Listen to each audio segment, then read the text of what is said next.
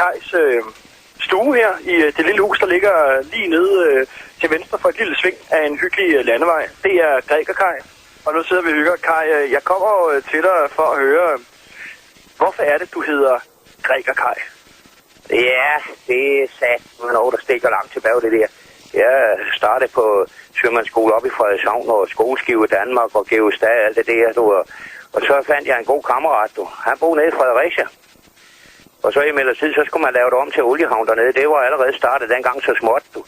Og de der, det var jo nærmest, de kom jo, det var dengang ham kom på los dernede, du. Han havde alle de der både, der kom op med olie der, du. Så noget jo ikke. Det var ham, der løb sammen med ham, Kennedy-enken der jo, ikke? Jeg kan sgu huske, hvad fanden det var, han hed, men det er så lige meget, men I ved, hvem det er jo. Nå, men så fanger vi jo kat over Fredericia og solgte til de grækerne. Det var jo deres nationalradio. Nej.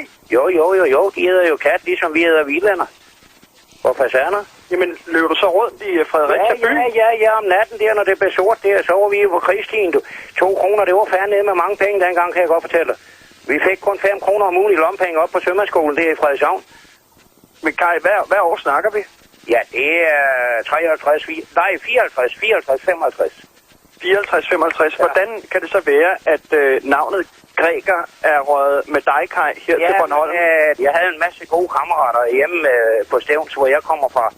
Og altså, der havde en hver mand derhjemme i de fiskerlejer der, de havde øgenavn.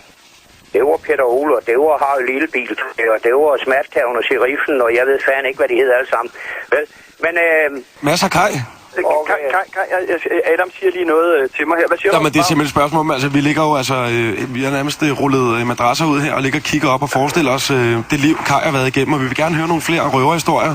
Ja. Men vi trækker lige vejret et øjeblik, hvis det er okay med jer. Ugen på B3.